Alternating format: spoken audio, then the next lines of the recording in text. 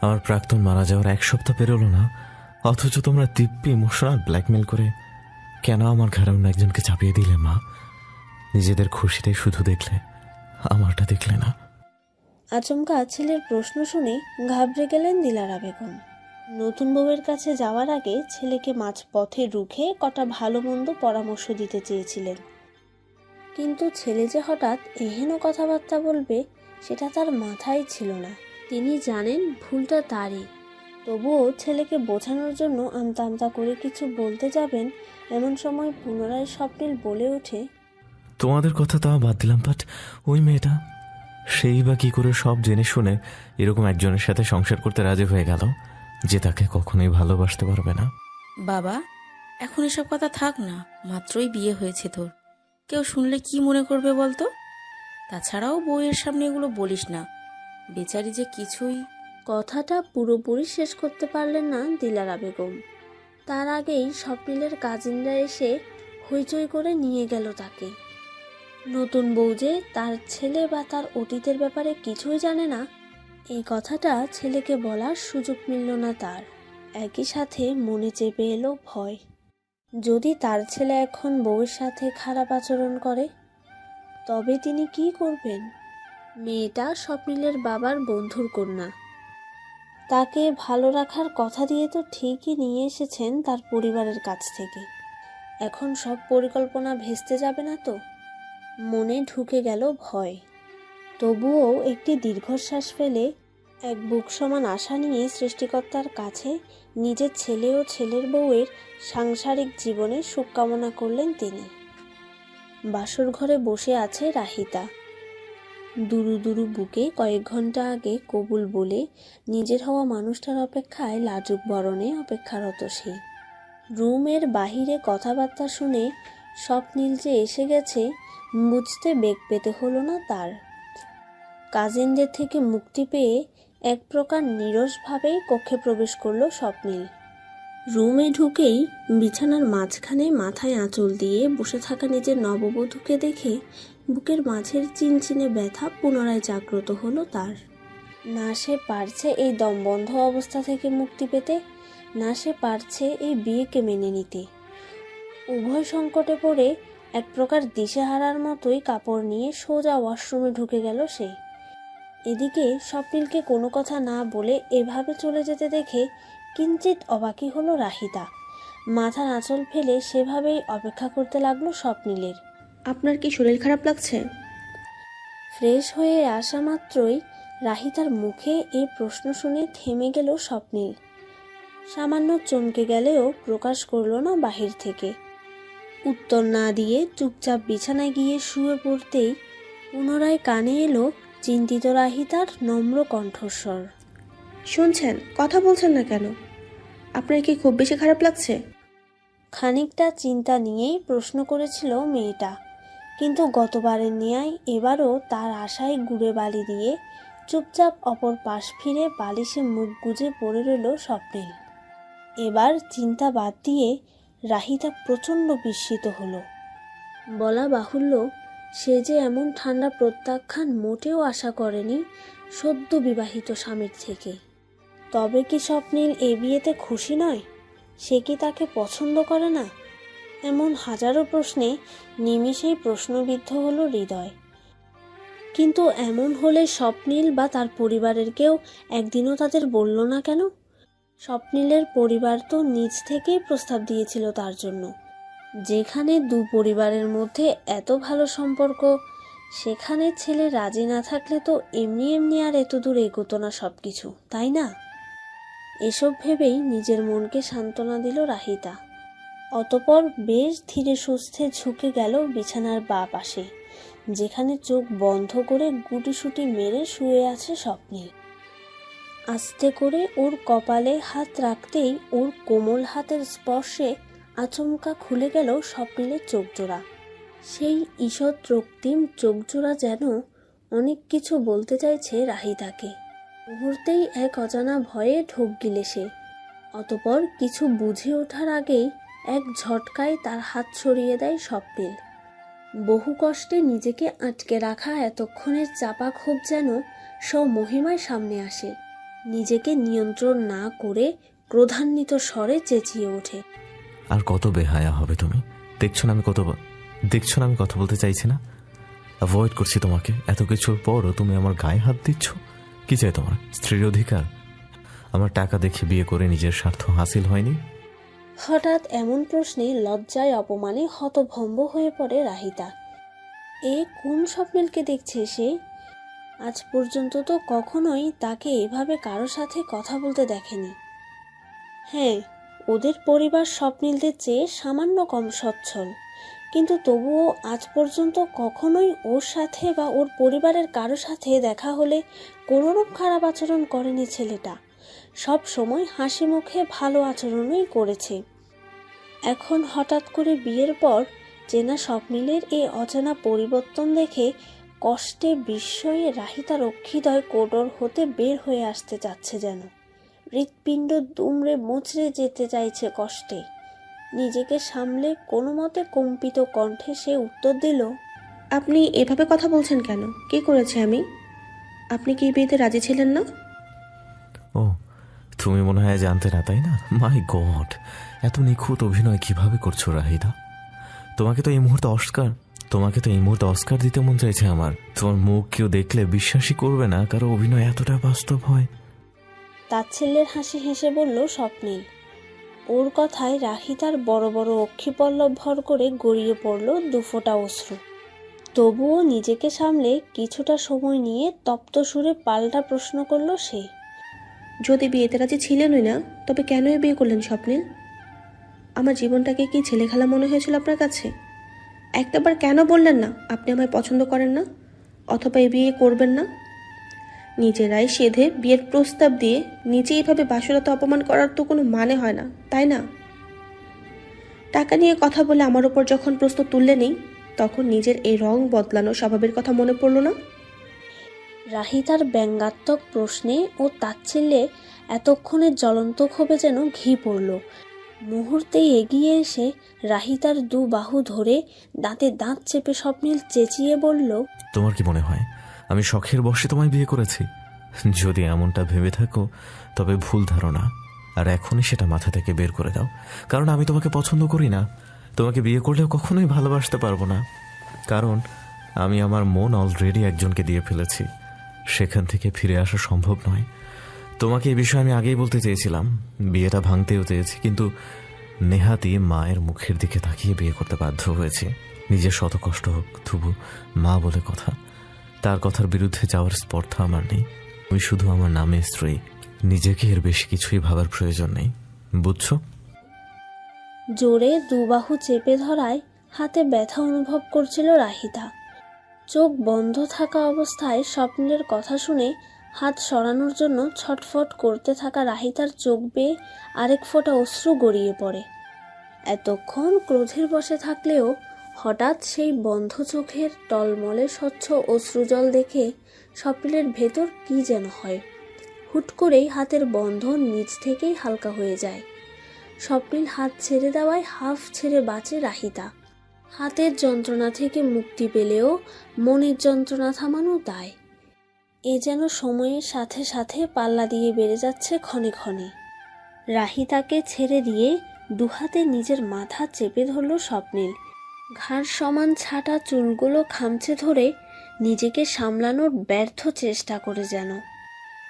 একদিকে নিজের ক্ষতবিক্ষত মন, অন্যদিকে মায়ের চাপ, দুটো সামলাতেই বিগত 7 দিন হিমশিম খাচ্ছিল সে। তার মধ্যে এখন কোত্থেকে যেন রাহিতা এসে জুড়ে বসল কপালে। জীবন কোথায় নিয়ে যাচ্ছে তাকে? কি হবে তার? সব মিলিয়ে ওর নিজেকে উন্মাদ মনে হচ্ছে। রাহিতা চুপচাপ বসে বসে দেখছিল স্বপ্নের কাণ্ড কারখানা। স্তব্ধ হলেও শান্ত মাথায় ভাবছিল তার জীবনের পরিণতির কথা। ঠান্ডা মাথায় ভেবে চিনতে হুট করে বিছানা থেকে নেমে গেল সে। দরজা খোলার শব্দ হওয়ায় বন্ধ চোখ জোড়া খুলে সেদিকে দৃষ্টি নিক্ষেপ করে স্বপ্নিল। দরজার কাছে রাহিতাকে দেখে সে নিজেও বিছানা থেকে উঠে যায়। সবে দরজা খুলে বাহিরে বের হওয়ার জন্য পা এগিয়েছিল রাহিতা। বেরোনোর আগ মুহূর্তে স্বপ্নিলের ভরাট গলার প্রশ্নে সে থমকে দাঁড়ায়। কোথায় যাচ্ছ? স্বপ্নিলকে এগিয়ে এসে প্রশ্ন করতে দেখে কিছুটা অবাক হলেও রাহিতা মাথা ঘামায় না। যেভাবে বেরিয়েছিল সেভাবেই যেতে যেতে বলে, যার কারণে আজ আপনার আমার দুজনের জীবনেরই এই অসম পরিণতি, তার কাছেই যাই। ভনিতা করো না, তুমি তো সব জেনে শুনে বিয়ে করেছিলে না, তাহলে আবার হঠাৎ এই সময় মায়ের কাছে যাচ্ছ কেন? আমাকে বিয়ে করার আগে এটা মাথায় ছিল না? ফুঁসে উঠে বলে সে। তার কথায় চোখে পানি নিয়ে তাচ্ছিল্যের হাসি হাসে রাহিতা। হাত দিয়ে চোখ মুছে ব্যঙ্গাত্মকভাবে বলে। কথাগুলো বলে শাশুড়ির রুমের উদ্দেশ্যে অগ্রসর হলো রাহিতা। পেছনে ফেলে গেল এক বিস্মিত স্বপ্নিলকে। মেয়েটার কথা শুনেও সাহস দেখে মনে মনে বেশ চমকে গেল স্বপ্নিল। কিভাবে বুক ভরা সাহস নিয়ে দিব্যি তার মায়ের কাছে চলে যাচ্ছে, ব্যাপারটা বেশ ভাবালো তাকে। আনমনে প্রশ্ন এলো, রাহিতা কি তবে সত্যি বলছিল? তার মানে ও কি তার অতীতের ব্যাপারে আসলেই কিছুই জানতো না? এ কেমন ধোঁয়াশার মধ্যে ফেসে গেল সে। শাশুড়ির রুমের সামনে এসে দাঁড়িয়ে আছে রাহিতা। দরজা স্বাভাবিকভাবে ভেতর থেকে বন্ধ করা। বিয়েবাড়ির চঞ্চল পরিবেশও এখন রাতের আঁধারে নিস্তব্ধতায় ঘেরা। এমতাবস্থায় কিছুটা বিচলিত হলো মেয়েটা। এতক্ষণ আবেগের বশে স্বপ্নিলকে কথা শুনিয়ে এতদূর চলে এলো ঠিকই, কিন্তু এ সময় শাশুড়িকে ডেকে তার কাঁচা ঘুমে ব্যাঘাত ঘটাতে মন সায় দিল না তার। একই সাথে মাথায় এলো, কেউ যদি তাকে বধূ বেশে এই সময় স্বপ্নিলের রুম ব্যতীত এখানে দেখে, তবে বিষয়টা মোটেও ঠিকভাবে নিবে না। আর যাই হোক, নিজেদের সম্পর্কের মারপ্যাচ বাইরের মানুষদের দেখানোর মন মানসিকতা নেই তার মধ্যে। তাই মনের মধ্যে হাজারো প্রশ্নের ঘূর্ণিঝড় হলেও সব কিছু বিবেচনা করে ধৈর্য ধারণ করা বেছে নিল সে। কয়েক কদম পিছিয়ে এসে স্বপ্নিলের রুমের দিকে পা বাড়াতেই চোখে পড়ল তড়িৎ বেগে সরে যাওয়া স্বপ্নিলকে। কিন্তু চুপি চুপি স্বপ্নিল কেন ওর পিছে পিছে এসেছিল বোধগম্য হলো না রাহিতার। রুমে ঢুকে দরজা লাগিয়ে পিছন ফিরতেই বিছানায় বসে থাকা স্বপ্নিলের সাথে চোখে চোখ মিলে যায় তার। সে চোখে চোখ রেখেই স্বপ্নিল ব্যঙ্গাত্মক স্বরে প্রশ্ন ছুড়ে, কি কথা হলো মায়ের সাথে? ওর কণ্ঠ শুনে ও কথার ধরন দেখে রাগে গা জ্বলে উঠল রাহিতার। ভাবখানা এমন করছে যেন এতক্ষণ এখানেই বসে থেকে তার জন্য অপেক্ষা করছিল। ক্ষিপ্ত রাহিতা দাঁতে দাঁত চেপে বলল, কেন, আপনি ঠিকমতো দেখতে পাননি বুঝি? আমার পিছে এতদূর গিয়েও কি লাভ হলো যদি কি হয়েছে জানতেই না পারেন? ধরা পড়ে যাওয়ায় এতক্ষণের কৌতুকপূর্ণ মুখভঙ্গি বদলে যায় স্বপ্নিলের। মেয়েটা তার মানে দেখেছে ওকে, আবার সেটা নিয়ে খোঁটাও দিচ্ছে। এ তো দেখা যায় ভালোই ফাজিল। মনে মনে এসব ভাবলেও কিছু বলতে গিয়ে শেষমেশ থেমে যায় স্বপ্নিল। বলা বাহুল্য, সারাদিন অনেক ধকল গিয়েছে, শারীরিক মানসিক উভয় দিক দিয়েই। তাই এখন তর্ক করে এনার্জি নষ্ট করার মানে হয় না। অন্তত এই ফাজিল মেয়েটার সাথে তো নয়। মনে মনে ভেবে বিছানায় শরীর ছেড়ে দিয়ে চোখ বন্ধ করল সে। স্বপ্নিল ঘুমোতেই একটি দীর্ঘশ্বাস ফেলে লাগেজ থেকে ড্রেস বের করে ফ্রেশ হতে চলে গেল রাহিতা। অতঃপর ক্লান্ত শরীরে বিছানায় শুয়ে পড়ল তার পাশেই। সারাদিনের ব্যস্ততা শেষে একটা ঘুম এখন তন ও মন দুটোরই বড্ড প্রয়োজন। সকালবেলা দরজায় কড়া নাড়ার আওয়াজে ঘুম ভাঙে রাহিতার। ঘুমু ঘুমু চোখ জোড়া মেলে ঘড়ির দিকে তাকাতেই হুঁশ ফিরে আসে। সকাল প্রায় 9টা বাজছে। নতুন বউ প্রথম দিনই এত বেলা করে ঘুমোবে তা নিশ্চয়ই ভালো দেখায় না। পাশে তাকিয়ে দেখে স্বপ্নিল নেই। মনে মনে কষ্ট পেল রাহিতা। লোকটা নিজে উঠে চলে গেছে সকালবেলা, অথচ ওকে ডাকার প্রয়োজন মনে করলো না একটিবারও।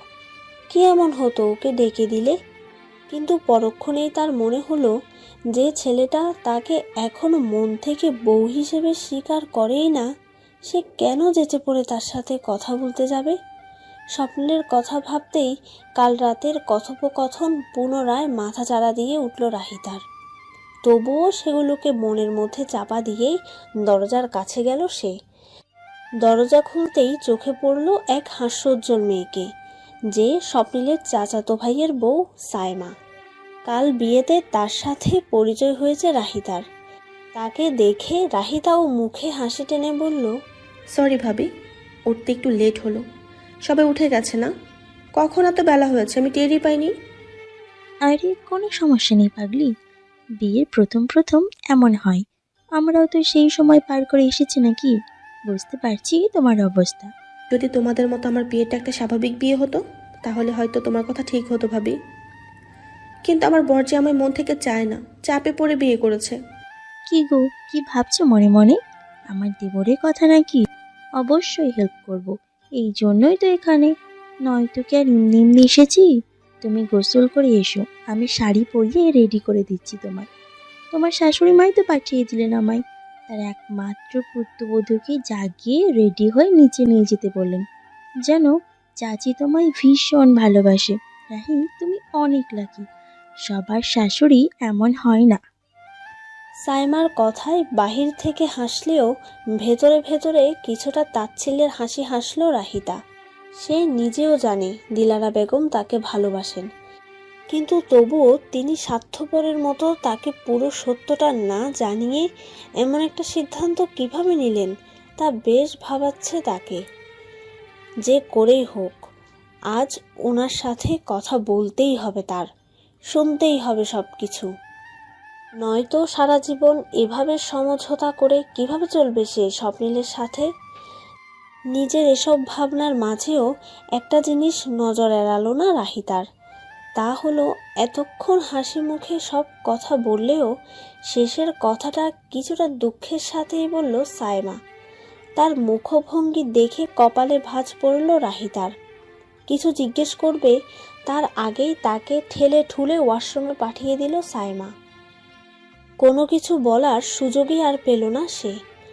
মেরুন রঙের জামদানি পরে আয়নায় তাকিয়ে নিজেকে দেখছে রাহিতা। সায়মা তাকে শাড়ি পরিয়ে দিয়ে শাশুড়ির ডাকে নিচে চলে গেছে দ্রুত পায়ে। উজ্জ্বল ত্বকে মেরুন রং বেশ মানিয়েছে তার গায়ে। গোসল করে আসা ভেজা চুলে আয়নার সামনে শাড়ি পরিহিতা রাহিতাকে সদ্য ফুটে ওঠা গোলাপের ন্যায় দেখাচ্ছে। আয়না থেকে নজর সরিয়ে রুম থেকে বের হবে এমন সময় সেখানে প্রবেশ করে স্বপ্নিল। আস্তে ধীরে হেঁটে আসায় রাহিতা খেয়াল করে কাল রাতের তুলনায় কিছুটা অন্যরকম দেখাচ্ছে তাকে। চোখ মুখে যেন স্পষ্ট লালচে ভাব। কৌতূহলী চোখে সেদিকে চেয়ে কিছু বলবে তার আগেই তাকে এক প্রকার ইগনোর করে রুম পেরিয়ে বারান্দায় চলে যায় স্বপ্নিল। এক পলক দেখেও না ওর দিকে। এতে ভেতরে ভেতরে খানিকটা অভিমান জমলেও বাহির হতে তা প্রকাশ না করে রুম থেকে বের হচ্ছিল সে। হঠাৎ কি মনে করে বারান্দায় যেতেই চোখে পড়ল হাতে সিগারেট ধরে রাখা স্বপ্নিলকে। এক দৃষ্টিতে আকাশের দিক চেয়ে বিষণ্ণ মনে ধোঁয়া ওড়াচ্ছে। এই উজ্জ্বল রোদেলা সকালেও তার চোখে মুখে স্পষ্ট আঁধার।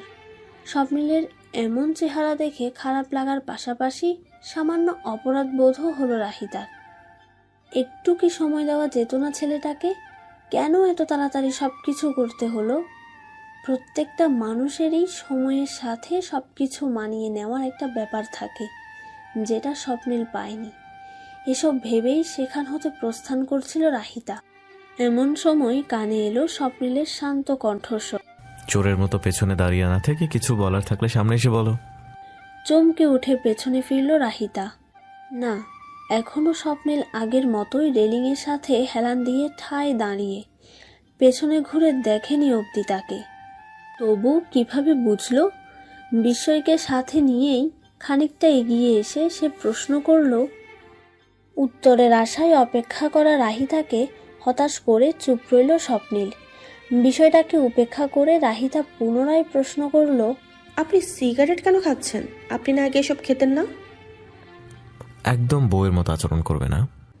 কেন করব না? বিয়ে করার সময় এটা মাথায় ছিল না যে ঘরে বউ নিয়ে আসছেন? এবার স্বপ্নিলের উত্তর না পাওয়ায় রাগ হলো রাহিতার। কয়েক কদম এগিয়ে তেজি হস্তে সিগারেটটি কেড়ে নিল ওর হাত থেকে। অতঃপর তার নিচে ফেলে দিতে উদ্যত হতেই তার হাত ধরে ফেলল স্বপ্নিল। পেশিবহুল পুরুষালী হাত নিমিষেই এঁটে গেল তার ক্ষুদ্রাকায় হাতটি। রেলিংয়ের গা ঘেঁষে দাঁড়িয়ে থাকা রাহিতা বেশ কিছুটা জোর খাটিয়ে হাত সরানোর চেষ্টা করেও ব্যর্থ হলো স্বপ্নিলের শক্তির কাছে। অতপর স্বপ্নিল এখনও নীরব থাকায় বিরক্তিকর কণ্ঠে সে বলে উঠল, কি সমস্যা আপনার? ছাড়ুন হাত, ফেলে দিব আমি এটা। ওকে, ছাড়ছি হাত। বলে আচমকা হাত ছাড়তেই অপ্রস্তুত ভঙ্গিতে পেছন দিকে ঝুঁকে যায় রাহিতা। ফলশ্রুতিতে গ্রিলহীন বারান্দা হতে পড়ে যেতে ধরে সে। চোখ মুখ কুঁচকে এক বিকট চিৎকার দেওয়ার প্রস্তুতি নিতেই পুনরায় তার হাত আঁকড়ে ধরে স্বপ্নিল। শক্ত মুঠোয় রাহিতার হাত পেঁচিয়ে ওকে আরও খানিকটা পেছনে ঝুঁকিয়ে শীতল কণ্ঠে বলে, ফেলে দিই তোমাকে এবার? কি বলো? ভয়ে বাকরুদ্ধ রাহিতা চোখ মেলতেই অক্ষিদয় মিলিত হলো স্বপ্নিলের ঈষৎ লালচে চোখজোড়ার সাথে। যে চোখের ভাষা পড়তে ব্যর্থ হলো সে। রাহিতাকে চুপ থাকতে দেখে স্বপ্নিল হাতের বাঁধন খানিকটা ঝাঁকিয়ে করে ঠান্ডা গলায় আবারও বলল, চুপ কেন? বলো এবার, ফেলে দিই তোমায়?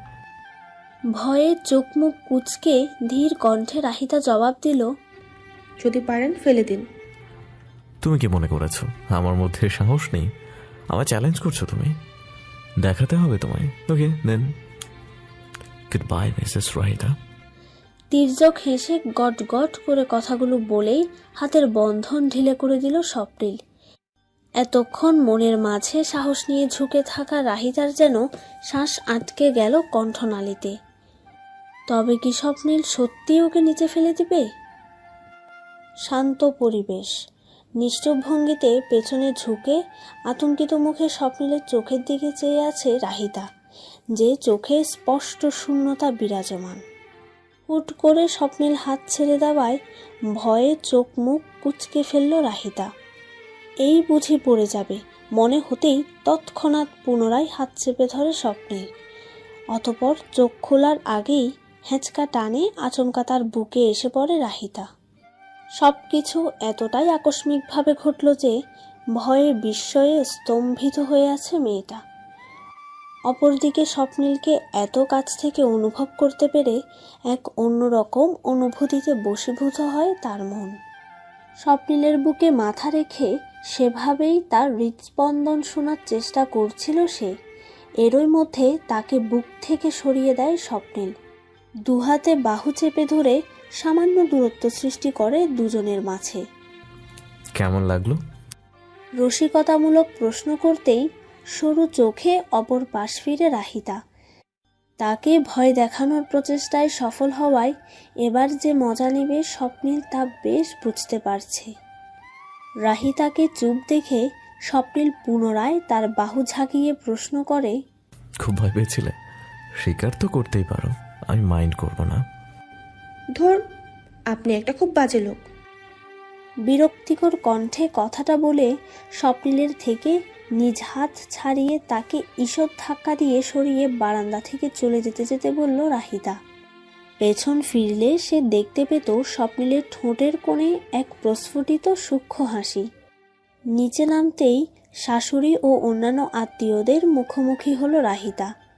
সবাই যেন ওর জন্যই অপেক্ষা করছিল, সেভাবেই হাসলো ওকে দেখে।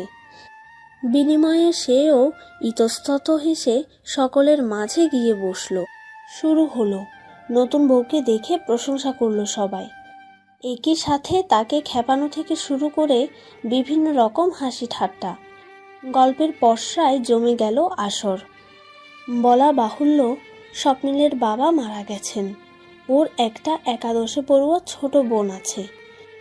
পড়ালেখার পাঠ চুকানোর আগেই তার বাবা মারা যাওয়ায় ভার্সিটিতে ওঠার শুরু থেকেই তার বাবার রেখে যাওয়া ব্যবসায় হাত দিতে হয় তাকে।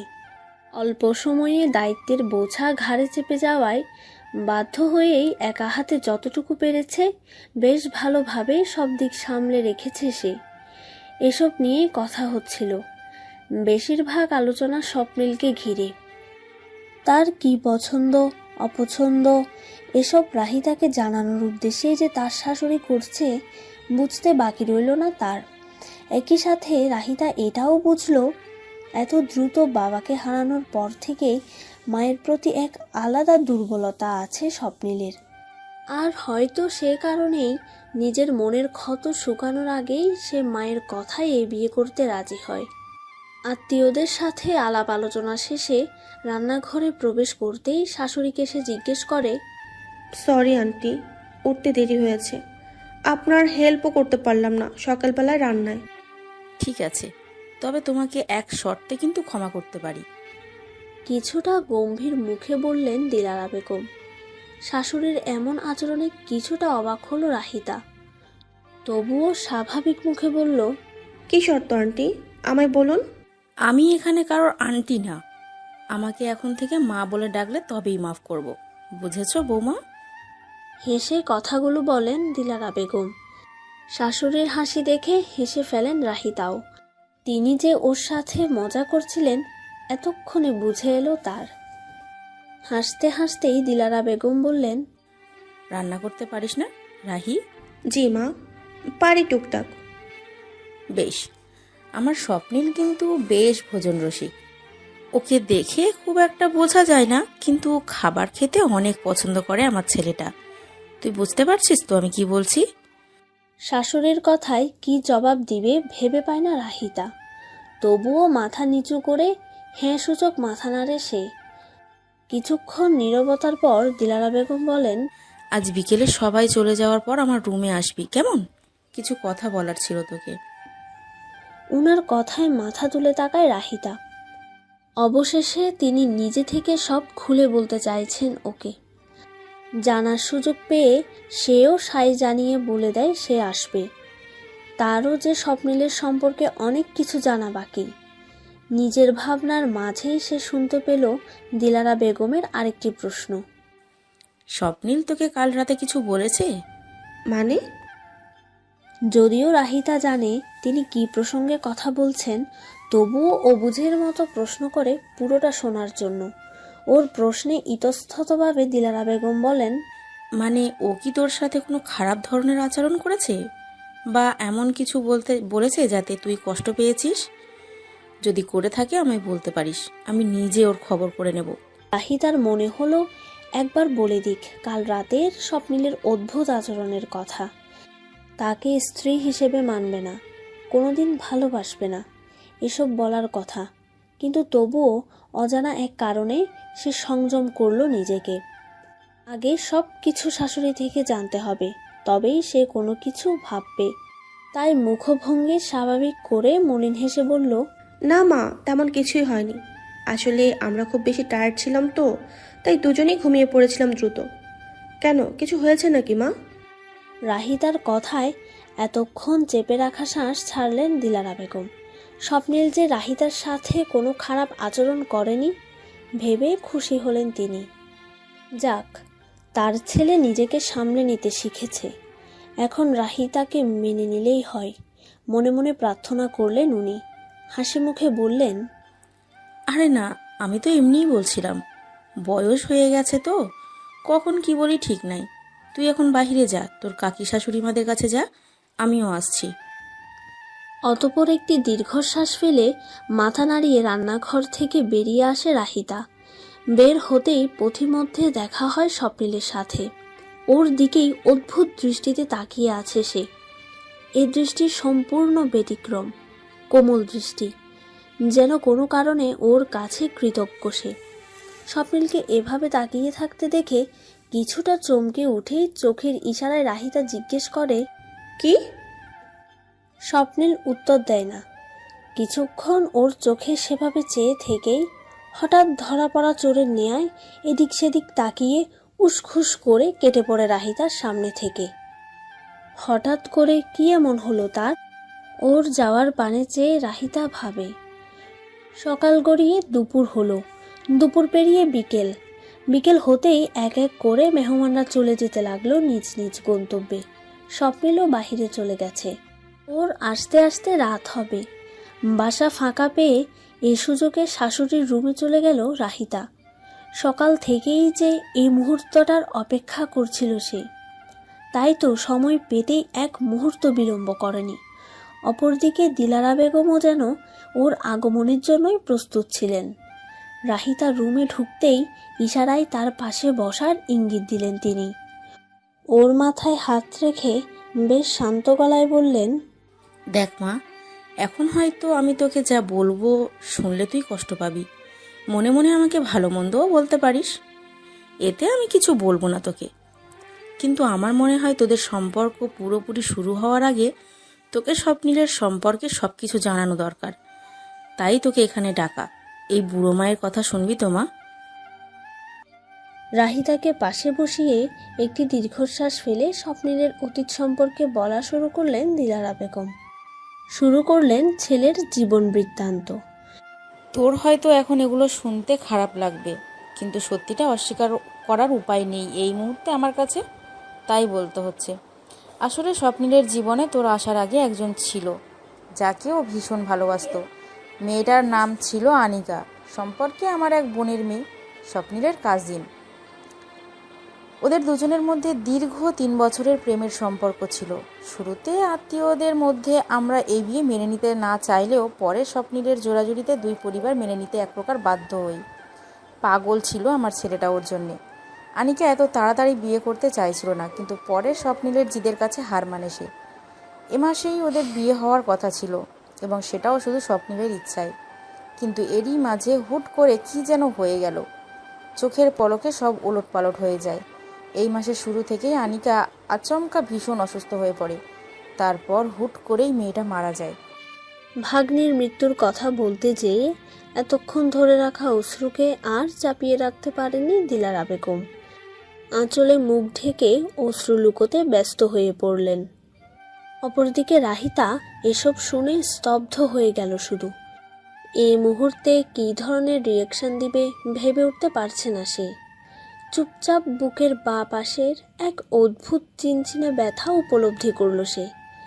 সে তো কালকেই স্বপ্নিলের কাছে শুনেছে তার প্রাক্তন ছিল, তবুও এ জানা বিষয় শুনে আবার কেন এত কষ্ট হচ্ছে ওর? স্বপ্নিল অন্য একজনকে, উত্তরটা সে জানে না।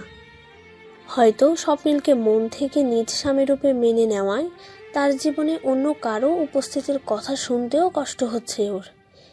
একটি দীর্ঘশ্বাস ফেলে ভাবে রাহিতা। কিছুক্ষণ পর নীরবতা ভেঙে করুণ কণ্ঠে প্রশ্ন করে, আপনি যখন সব জানতেনই তখন কেন আমাকে ওনার জীবনে নিয়ে এলেন মা? যেখানে উনি নিজে আমাকে চাননি তার জীবনে, সেখানে আপনার কারণে এভাবে আমার সাথে একটা অনিশ্চিত সম্পর্কে বেঁধে আছেন তিনি। আমার খুব কষ্ট হয় যখন দেখি তিনি মুখ ফুটে কাউকে কিছু বলতে পারেন না, মনের কষ্টগুলো ভেতরে চাপা রাখেন। কিছুটা থেমে আবার বললেন, তুই জানিস আনিকা মরে যাওয়ার পর স্বপ্নিল কতটা ভেঙে পড়েছিল? বাবা মরা ছেলেটা আমার কোনো দিন নিজের কোনো দায়িত্বকে অবহেলা করেনি। সব সময় আমারও নিজের বোনের দিকে তাকিয়ে হাসি মুখে সব দায়িত্বের বোঝা ঘাড়ে নিতে প্রস্তুত ছিল সে। ওই প্রথম আমি স্বপ্নিলকে এতটা ডিপ্রেশনে দেখেছি। শুরুর দিকে তেমন খেয়াল না করলেও একদিন লক্ষ্য করি সে খামখেয়াল ব্লেড দিয়ে হাত কাটার চেষ্টা করেছে। ওই দৃশ্য দেখে আমার মাথা ঘুরে ওঠে। এরপর চুপিসারে আমাদের পরিচিত একজন সাইকিয়াট্রিস্টের সাথে এই ব্যাপারে কথা বলি। তিনি বলেছিলেন যে হয়তো এই ধাক্কাটা স্বপ্নিল মেনে নিতে পারেনি। ও প্রচণ্ড ডিপ্রেশনে পড়ে হেতাহিত জ্ঞান হারিয়ে ফেলেছে, তাই এমন কিছু করতে যাচ্ছিল।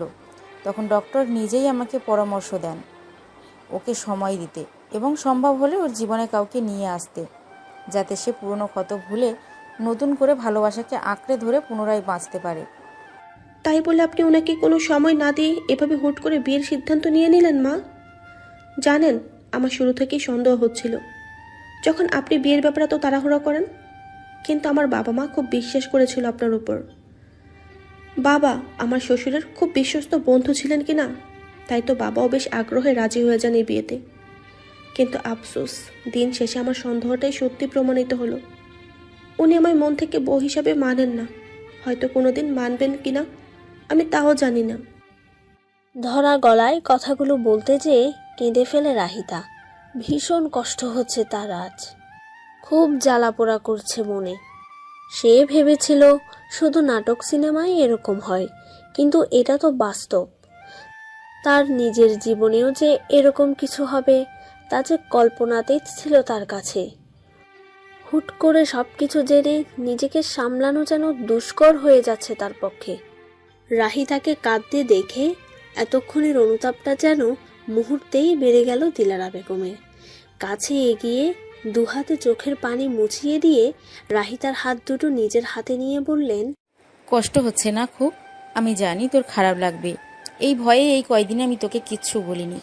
আমি নিজেও স্বপ্নিলকে সময় দিতে চেয়েছিলাম রে মা, কিন্তু ওই যে পরিস্থিতি, সেটা নিজের হাতে থাকে না সব সময়। তোদের বিয়ের দিনই বিয়ে হওয়ার কথা ছিল স্বপ্নিল ও আনিকার। আমি জানতাম ওই দিন স্বপ্নিল একা থাকলে নিশ্চয়ই আরও কিছু পাগলামি করত।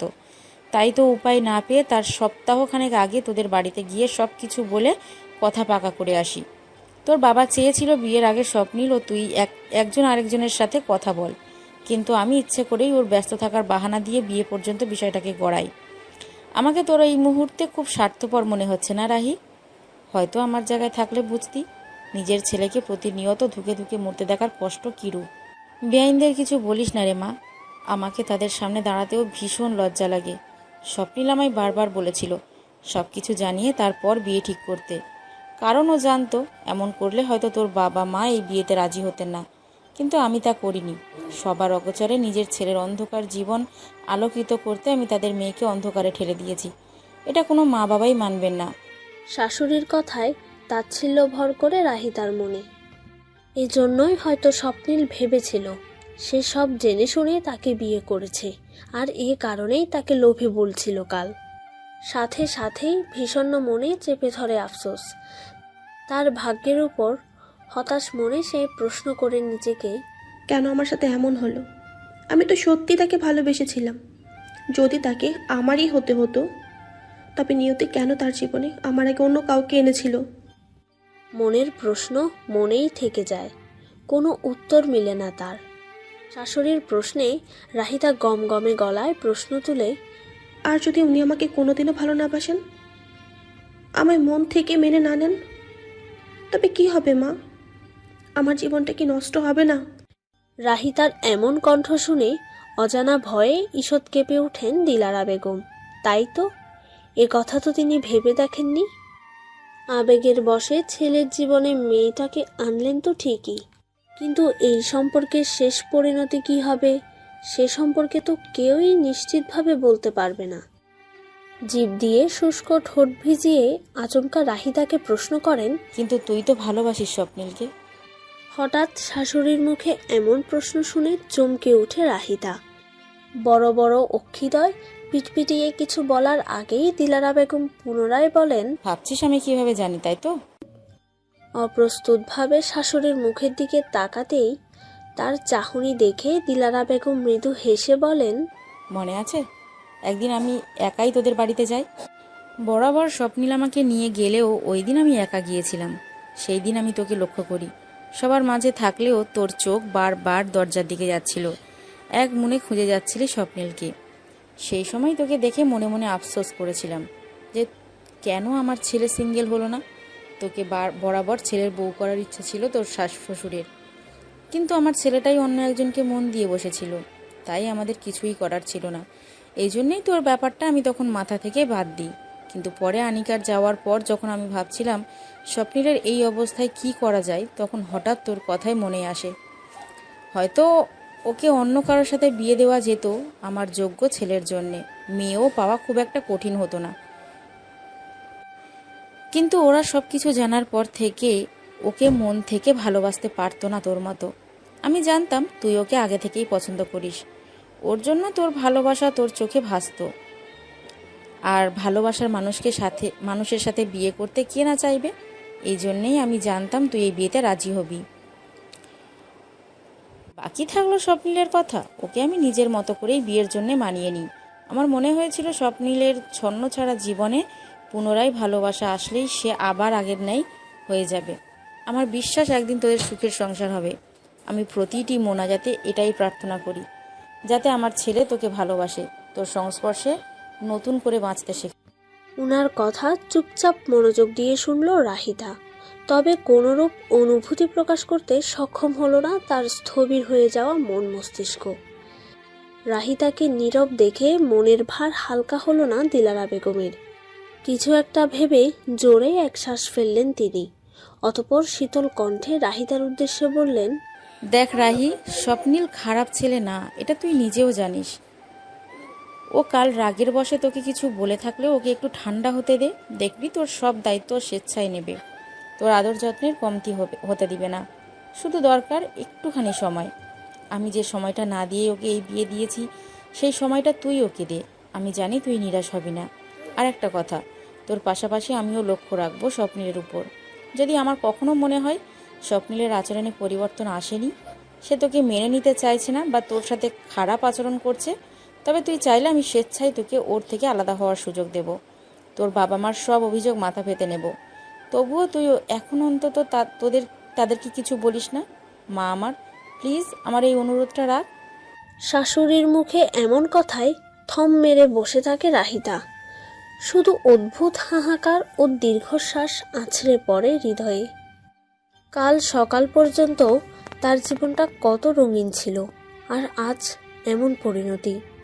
জীবন নামক স্রোত হুট করেই মানুষকে কই থেকে কই ভাসিয়ে নিয়ে যায় কেউ বলতে পারে না। শাশুড়ির কথায় মাথা নাড়িয়ে ওনার থেকে অনুমতি নিয়ে রুম ত্যাগ করে সে। আপাতত তার প্রচণ্ড মাথা ব্যথা করছে। অত্যাধিক চিন্তায় নিউরনে ঝড় উঠেছে যেন হঠাৎ করেই। রাহিতার যখন ঘুম ভাঙল তখন বাজে 11টা। এতক্ষণে হয়তো বাসার সবাই খেয়ে দিয়ে ঘুমিয়েও গেছে। সবাই বলতে রাহিতার শাশুড়ি ও ননদ সামিরা। রাহিতা ডিনার করবে না আগে ভাগে বলে দেওয়ায় তাকে ঘুম থেকে ডাকতে আসেনি কেউ। রুমে আশেপাশে তাকিয়ে দেখে স্বপ্নিল নেই। এত রাতেও ফিরেনি কেন অবাক হয়ে ভাবে সে। বিছানা থেকে উঠেই এসব ভাবতে ভাবতেই পা বাড়ালো রুম থেকে বের হওয়ার জন্য। এমন সময় বারান্দা থেকে আসা উটকো গন্ধে সন্দেহান্বিত পায়ে সেদিকে এগিয়ে যায় রাহিতা। আধা ভেজানো দরজা পুরোপুরি খুলে বারান্দায় প্রবেশ করতেই দৃষ্টিগোচর হয় সিগারেট খাওয়া স্বপ্নিলকে। চাঁদের দিকে মুখ করে একের পর এক ধোঁয়া ওড়াচ্ছে সে। বিরক্তিতে মুখ কুঁচকে আসে রাহিতার। লোকটাকে বারণ করেছিল এসব ছাইপাশ খেতে, সে তবুও তার কথা শুনে না। পরক্ষণেই ভাবল হয়তো বউ বলে মন থেকে মানে না দেখেই তার কথার গুরুত্ব দেয় না।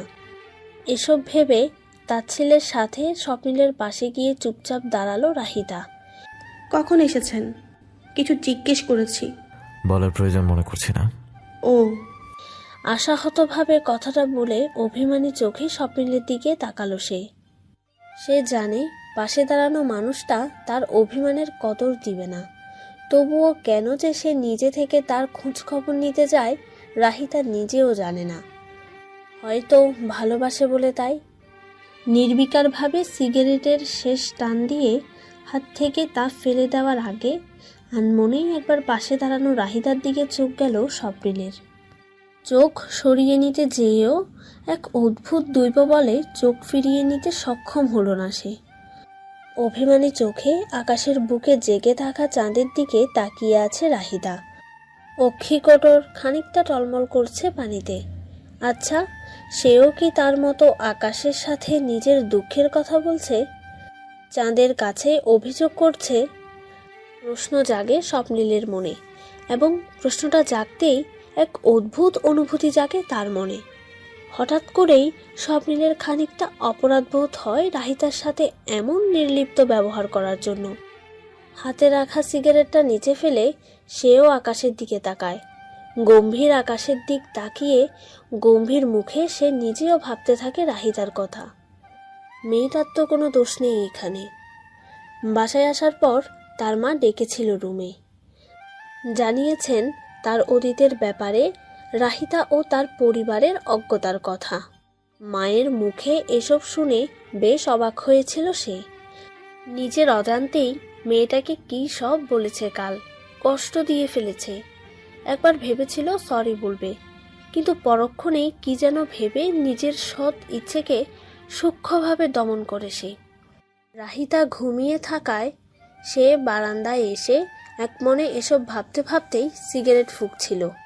রাহিতার প্রতিও তার রাগ জন্মায়। মেয়েটাকে আগে থেকেই চিনে সে। মুখে কখনো না বললেও স্বপ্নিল জানে রাহিতা বেশ ভালো একটা মেয়ে, সে একটা সুন্দর লাইফ ডিজার্ভ করে, কিন্তু এসবের পরেও সে কেন রাজি হলো তাকে বিয়ে করতে? যদিও সে জানতো না কিছু, তবুও কোনো কারণে মানা করলেই তো পারত। তবে অন্য কারোর সাথে একটা সুখী জীবন পেত সে। এসব ভাবার মাঝেই সেখানে প্রবেশ করে রাহিতা, এবং তাকে দেখে মনের রাগ মাথাচড়া দিয়ে উঠে বিধায় তাকে ইগনোর করছিল স্বপ্নিল।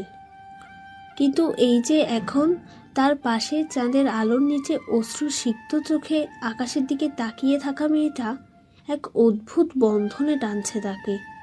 স্বপ্নিলের হঠাৎ মন চাইছে তার চোখের পানি মুছে দিতে, শক্ত গলায় বলতে, এখন কাঁদছো কেন এভাবে? আমাকে বিয়ে করে নিজের জীবনকে কেন কষ্টে ঠেলে দিলে? আমার সাথে তোমাকেও কষ্ট পেতে হবে ভাবলে মনের ভার আরো গভীর হয়ে যায় আমার। কিন্তু মুখ ফুটে সে এসবের কিছুই বলতে পারল না। পুনরায় আকাশের দিকে তাকিয়ে গলা ঝেড়ে বলল, এই কথা কথা একদম চোখের পানি বের করবা না।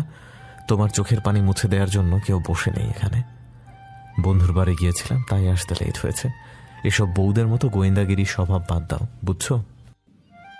হঠাৎ স্বপ্নিলের কথায় পাশ ফিরে রাহিতা।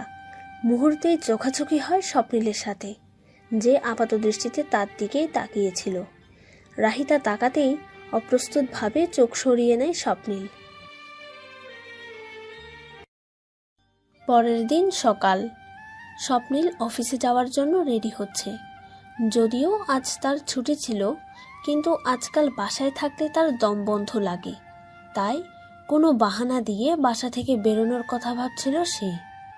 রেডি হওয়া শেষ করে আয়নায় এক পলক নিজের দিকে তাকালো স্বপ্নিল। তার মতো স্বাস্থ্য সচেতন ছেলেটার মাঝে বিগত কদিনে বেশ পরিবর্তন এসেছে। হৃষ্টপুষ্ট শরীর যত্নের অভাবে বেশ কিছুটা শুকিয়ে গেছে। বহুদিন দাড়ি না কাটায় সেগুলোও বেড়ে গেছে বেশ। আবার একা হাতে ব্যবসা সামলানো। সে যেভাবে দেবদাস হয়ে ঘুরছিল, তাতে ওর পিছে অফিসের অবস্থাও যে খুব একটা ভালো, সেটাও বলার মতো না। সব মিলিয়ে কদিনের মাঝে বিস্তর পার্থক্য এসেছে ওর জীবনে। তবে এ পার্থক্য ভালোর নয়। নিজের জন্যে না হলেও নিজের পরিবারের জন্য, মা ও বোনের জন্য হলেও তার নিজেকে ভালো রাখতে হবে। আয়নায় চেয়ে নিজ মনে এসব ভাবছিল স্বপ্নিল। হঠাৎ রুমের দরজা খোলার শব্দ কানে এলে পারফিউম লাগাতে লাগাতে সেদিকে তাকায় সে। নীল রঙের শাড়ি পরে হন্তদন্ত ভঙ্গিমায় রুমে প্রবেশ করে রাহিতা। সাইড টেবিল থেকে এক হাতে ফোন নিয়ে অপর হাতে কপালের সামনে চলে আসা অবাধ্য চুল সরিয়ে নেয়। এলোমেলো কেশগুচ্ছ খোপায় নিবদ্ধ। আচ্ছা, মেয়েটা কি জানে এই মুহূর্তে তাকে দেখতে কতটা বউ বউ লাগছে? বউ শব্দটা মাথায় আসতেই টনক নড়ে স্বপ্নিলের। সে তো ভুলেই গিয়েছিল তার একটা বউও আছে। রাহিতাকে দেখেই নিজেদের বিয়ের কথা পুনরায় মনে আসে। একই সাথে অজানা বিষাদে ছেয়ে যায় মন। তার জন্মদাত্রী তার অজান্তে এমন এক কাজ করে ফেলেছে যা এক অদ্ভুত দ্বিধাদ্বন্দ্বে ফেলেছে তাকে। না সে পারছে মেয়েটাকে দোষারোপ করে তাকে বউ হিসেবে অস্বীকার করতে, আর না পারছে এত তাড়াতাড়ি অতীতের তিক্ত স্মৃতি ভুলে রাহিদাকে মেনে নিতে। এ যেন বিশাল উভয় সংকট। স্বপ্নিলের চিন্তার মাঝেই রাহিদা প্রশ্ন করে, কোথাও যাচ্ছেন আপনি? হ্যাঁ। ছোট্ট করে জবাব দেয় স্বপ্নিল, তবু পুরোপুরি প্রশ্নের উত্তর দেয় না। একবার ভেবেছিল জবাব দিবে না, কিন্তু পর মুহূর্তে কাল রাতে মেয়েটার সেই অশ্রুসিক্ত চোখজোড়ার কথা মনে হওয়ায় নিজের মন পরিবর্তন করে সে। এতে অবশ্য নিজের উপর খানিকটা অবাকও হয় বটে। এই যে এখনও সে সরাসরি রাহিতার দিকে তাকাতে পারছে না, কেননা মেয়েটার চোখে মুখে এক অদৃশ্য মায়া আছে, যা কিভাবে যেন স্বপ্নিলের রাগকে দমন করে, যেটা কাল রাতেই প্রথমবার উপলব্ধি করেছে সে। তাই তো আর কোনো রিস্ক নিতে চায় না স্বপ্নিল। এখন তার মতে মেয়ে মানেই মরীচিকা। প্রথমে ভালোবাসবে, তারপর একসাথে দুজনার বেঁচে থাকার আশা দেখাবে, অতঃপর শেষ মুহূর্তে এসে ছেড়ে চলে যাবে। তাচ্ছিল্য ভরে ভাবে সে। একই সাথে রাহিতাকে আর চোখে দেখে আর কিছু শোনার আগেই রুম ত্যাগ করে স্বপ্নিল। নিচে নেমে টেবিলে বসতেই মা ও বোনের সাথে দেখা হয় স্বপ্নিলের। ছোট বোন সামিরা কলেজ যাওয়ার আগে ব্রেকফাস্ট করছিল। ভাইকে দেখে মিষ্টি হাসি উপহার দিয়ে বলে, গুড মর্নিং ভাইয়া, অফিস যাচ্ছ নাকি তুমি? ওমা, তা কেন? বিয়ের পর বউকে রেখে এত তাড়াতাড়ি কেউ অফিস যায়? মাত্রই গলা ভেজানোর জন্য পানি মুখে নিয়েছিল স্বপ্নিল। বোনের এহেন কথায় পানি যেন গলায় আটকে গেল তার। সামান্য ভীষণ খেল সে। সে সময় নিচে নামলো রাহিতা নিজেও। চেয়ারে বসার আগে স্বপ্নিলকে কাশতে দেখে আস্তে করে উঠে যেয়ে ওর পিঠে হাত বুলিয়ে দেয়। স্বপ্নিল শান্ত হতেই তাকে ছেড়ে ধীর পায়ে ওর পাশের চেয়ারে বসে পড়ে সে। আর চোখে সবকিছু পর্যবেক্ষণ করেন দিলারা বেগম। রাহিতা তার কথার মর্যাদা রাখছে, স্বপ্নিলের যত্ন নিচ্ছে, বিষয়টা হৃদয় ছুঁয়ে যায় তার। মেয়েটার প্রতি অসীম ভালোবাসায় ভরে ওঠে মন। এদিকে নিজেকে সামলিয়ে বোনের দিকে চোখ পাকিয়ে তীক্ষ্ণ কণ্ঠে স্বপ্নিল বলে ওঠে, এই তোকে এসব কথা কে শিখিয়েছে? হ্যাঁ, কলেজে উঠতে না উঠতে দেখি পেকে গেছিস। বড় ভাই হই আমি তোর, বেয়াদব। ভাইয়ের থেকে ধমক খেয়ে ভয়ে আর মুখ দিয়ে কথা বের হয় না সামিরার। আর কোনো কথা না বলে চুপচাপ মাথা নিচু করে খেয়ে যায় সে। তার ভাই আগে এরকম ছিল না, ইদানিং একটু বেশি রাগ দেখায়। সব ওই আনিকার দোষ। ওর যাওয়ার পর থেকেই তার ভাইয়ের এমন বাজে পরিবর্তন। মনে মনে এসব ভেবে ক্ষান্ত হয় সামিরা। তবুও নতুন ভাবির প্রতি তার ভালোবাসা জন্মে। রাহিতাকে আগে থেকেই ভালো লাগতো তার। ওদের বাসায় গেলে দুজনে বান্ধবীর মতো গল্প করত। আর সে কিনা এভাবে তার ভাইয়ের বউ হয়ে যাবে তা কখনো স্বপ্নেও ভাবেনি সামিরা। তাই রাহিতাকে নিজের ভাবি হিসেবে পেয়ে বেজায় খুশি সে। পরিবেশ কিছুটা নীরব হতেই হঠাৎ দিলারা বেগম বলে ওঠেন, আজ কেন অফিস যাচ্ছিস তুই? বলেছিলাম না এই কয়েকদিন অফিসে না যেতে? এভাবে বললেই তো আর হয় না মা। আমার অবর্তমানে সবকিছু কিভাবে চলছে, কর্মচারীরা ঠিকভাবে কাজ করছে কিনা তা জানা আমার কর্তব্য। নিজে গিয়ে সবকিছু দেখে না আসা পর্যন্ত আমি শান্তি পাবো না। তাই বাধা দিও না আমায়। আমি জানি বাবা, তোর যাওয়াটা খুব জরুরি, তাই মানা করছি না তোকে। শুধু এই জন্যই বলছিলাম যে বেআইনরা ফোন দিয়েছিল আমায় সকালে। দুপুরে দাওয়াত দিয়েছেন তাদের বাসায়। আমাদের সাথে নতুন জামাই হিসাবে তো তোকেও যেতে হবে। সব বুঝেছি মা, কিন্তু আমার যেতে ইচ্ছে করছে না। কারণটা তুমিও জানো। আলগোছে কথাগুলো বলে ফোঁস করে এক দীর্ঘশ্বাস ছাড়ল স্বপ্নিল। ভালো লাগছে না তার কোনো কিছু। এরই মাঝে সামিরা ব্রেকফাস্ট শেষ করে হাত ধোয়ার জন্য উঠে যেতেই ওর মা বলে ওঠেন, দেখ বাবা, আমি জানি তোর হয়তো ওখানে যেতে এখন কিছুটা অস্বস্তি লাগবে, কিন্তু তোর মনে রাখতে হবে তুই এখন বিবাহিত। আমি তোকে যেভাবেই রাজি করাই না কেন, তুই কিন্তু নিজ মুখেই সজ্ঞানে রাহিকে কবুল বলে নিজের বউ হিসাবে স্বীকার করেছিস। তাই মেয়েটা এখন তোর দায়িত্ব। একই সাথে ওর বাড়ির প্রতিও তোর কিছু দায়িত্ব আছে, তাই না? মায়ের কথায় একবার পাশ ফিরে রাহিতার দিকে তাকালো স্বপ্নিল। সেও একইভাবে ওর মায়ের দিকে তাকিয়ে। এরই মাঝে দিলারা বেগমের একটা কথা বারবার মাথায় ঘুরপাক খেতে লাগলো স্বপ্নিলের। তুই নিজ মুখের সজ্ঞানে ওকে নিজের বউ রূপে কবুল করেছিস, এটা অস্বীকার করার উপায় নেই। কি এমন ছিল সে কথায় কে জানে। আনমনেই মাথা নাড়িয়ে শ্বশুরবাড়ি যাওয়ার জন্য রাজি হয়ে গেল স্বপ্নিল। মাকে জিজ্ঞেস করলো, কখন যেতে হবে? দুপুরেই। একটু আগেই যাবনি না হয়? খাওয়ার সময় গেলে কেমন দেখায় না? তুই অফিস যে যত দ্রুত পারিস তাড়াতাড়ি চলে আসিস, কেমন? আচ্ছা মা, আসি তাহলে। রাহিতা সব কিছু চেয়ে চেয়ে দেখল শুধু। যদিও সে এখানেই বসেছিল, তবুও কি ওকে একবার বলে চলে যাওয়া যেত না? নাকি স্বপ্নে লোকে বলে যাওয়ার প্রয়োজনটুকুও মনে করল না? রাহিতার মুখ দেখে শাশুড়ি যেন সব বুঝে গেলেন। চেয়ার থেকে উঠে ওর কাছে এসে মাথায় হাত রেখে বললেন, মন খারাপ? তোকে বলে যায়নি দেখে? বিনিময়ে ব্যথিত নয়নে মেয়েটা নিরুত্তর চেয়ে রইল শুধু। দিলারা বেগম আশ্বাস দিয়ে বললেন, আজ তোকে বলে যায়নি দেখে মন খারাপ করছিস। এরপর একদিন দেখবি তোকে না বলে কোথাও যেতে পারছে না স্বপ্নিল। আমি জানি সেই দিন আসবে, খুবই শীঘ্রই আসবে। তুই শুধু একটু ধৈর্য ধর, হতাশ হোস না মা। ওর মাঝে পরিবর্তনের বীজ রোপণ হয়ে গেছে। তুই শুধু একটু একটু করে তোর ভালোবাসার পানি দে। এরপর স্বপ্নীলের ভালোবাসার ফল শীঘ্রই ভোগ করবি তুই। তার কথায় রাহিতা কি বলবে ভেবে পেল না। এখন মিথ্যে আশ্বাস বাসা বাঁধতে চায় না মনে। সব কিছু কেমন যেন দায়সারা লাগছে তার কাছে। তবুও কিছু বলতে যাবে, এরই মাঝে সামিরা আসে সেখানে। তাদের দুজনকে দেখে একগাল হেসে বলে, একা একা কি গল্প হচ্ছে শাশুড়ি বৌমার? আমাকেও একটু বলো কেউ। তোর না কলেজের সময় পার হয়ে যাচ্ছে, স্বপ্নীল বাইরে অপেক্ষা করছে, তোকে ড্রপ করে দেবে, জলদি যা।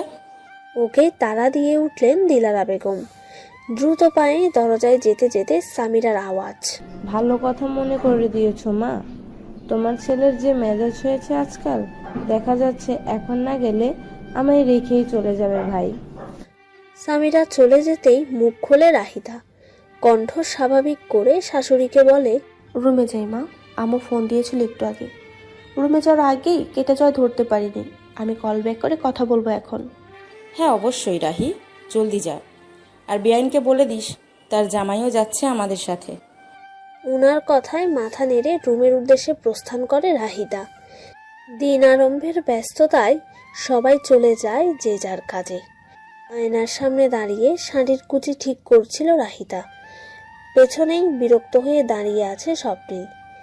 না মেয়েটা নিজে জলদি রেডি হচ্ছে, না আয়নার সামনে থেকে সরে ওকে রেডি হতে দিচ্ছে। কিন্তু রাহিতা যে চাইলেও তাড়াতাড়ি করতে পারছে না, সেটা স্বপ্নিলকে বোঝাবে কিভাবে? জামদানির নতুন শাড়ি হওয়ায় কুচির অংশ এলোমেলো হয়ে যাচ্ছে বারবার। এদিকে ওদের বের হওয়ার সময় হয়ে এলো বটে। অতিষ্ঠ হয়ে শেষমেশ স্বপ্নিল বাহু টেনে ওকে সরিয়ে দিল ড্রেসিং টেবিলের সামনে থেকে। হঠাৎ এমনটা হওয়ায় দুঃখ পেল রাহিতা। একে তো কুচি ঠিক করতে পারছে না, তার মধ্যে না দেখে সে কিভাবে শাড়ি পরবে এখন? চোখে মুখে আধার নামিয়ে শাশুড়ির রুমের দিকে যেতে ধরতেই তার পথ রুখে দাঁড়ায় স্বপ্নিল। এতক্ষণে চোখ তুলে ওর দিকে তাকাতেই সে চুপচাপ নিচে বসে পড়ে হাঁটু গেড়ে। যতক্ষণে বিস্ময়ের রেশ কাটিয়ে উঠছিল, ততক্ষণে স্বপ্নিলের আওয়াজে হুঁশ ফিরে আসে ওর। ভালো করে ধরে থাকা কুচি, নড়বে না একদম।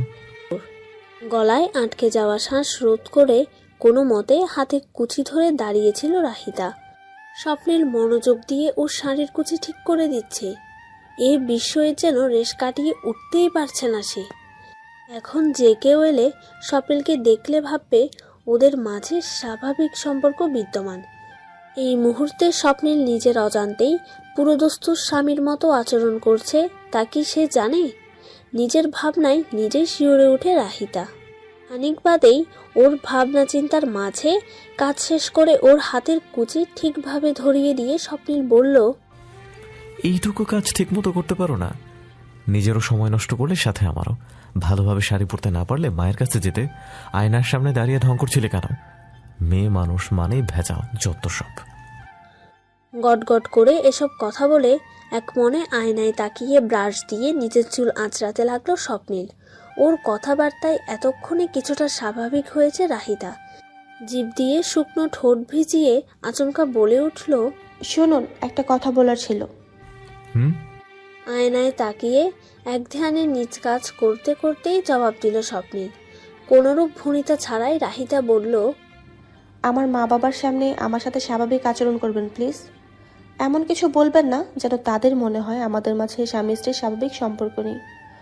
এই অনুরোধটা রাখবেন প্লিজ। আচমকা রাহিতার এমন প্রশ্নে পিছন ঘুরে স্বপ্নিল। এভাবে অদ্ভুত দৃষ্টিতে তাকিয়ে থাকায় কিছুটা অস্বস্তিতে পড়ে মেয়েটা। কিন্তু ও পুনরায় কিছু বলার আগেই পাঞ্জাবির বোতাম লাগাতে লাগাতে স্বপ্নিলের উত্তর, তুমি না বললেও আমি ওখানে যে এমন কিছু বলতাম না। তাদের সাথে ভালো আচরণই করতাম, কারণ তাদের তো কোনো দোষ নাই।